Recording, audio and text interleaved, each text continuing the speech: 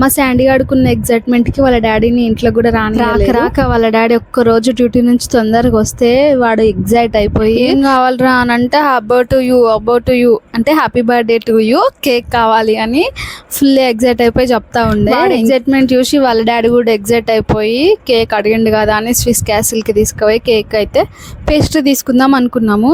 ఇంకా అదైతే ఎవరికి సరిపోదు కదా, 1/2 kg కేక్ తీసుకున్నాం. కేక్ తెచ్చినాం కదా అని కట్ చేస్తా అంటాడు. ఎట్లా కట్ చేస్తావురా అంటే కర్ర అని ఇట్లా చూపిస్తా ఉండే.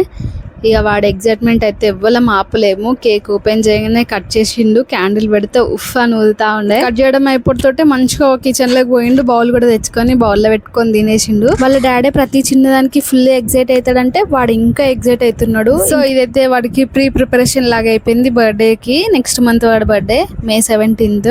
నార్మల్ టైంలో మంచిగా కోఆపరేట్ చేస్తారు వీళ్ళు. ఇంకా వాడి బర్త్డే రోజు ఇట్లనే ఎగ్జైట్ అయ్యి మంచిగా ఆడుకుంటాడా లేకపోతే సతాయిస్తాడా చూడాలి. ఫస్ట్ బర్త్డే అప్పుడైతే అసలు ఏం ఇంత కూడా సతాయించలేదు, మంచిగానే ఉన్నాడు, కోఆపరేట్ చేసిండు బాగానే. ఇప్పుడు ఎట్లా చేస్తాడో చూడాలి.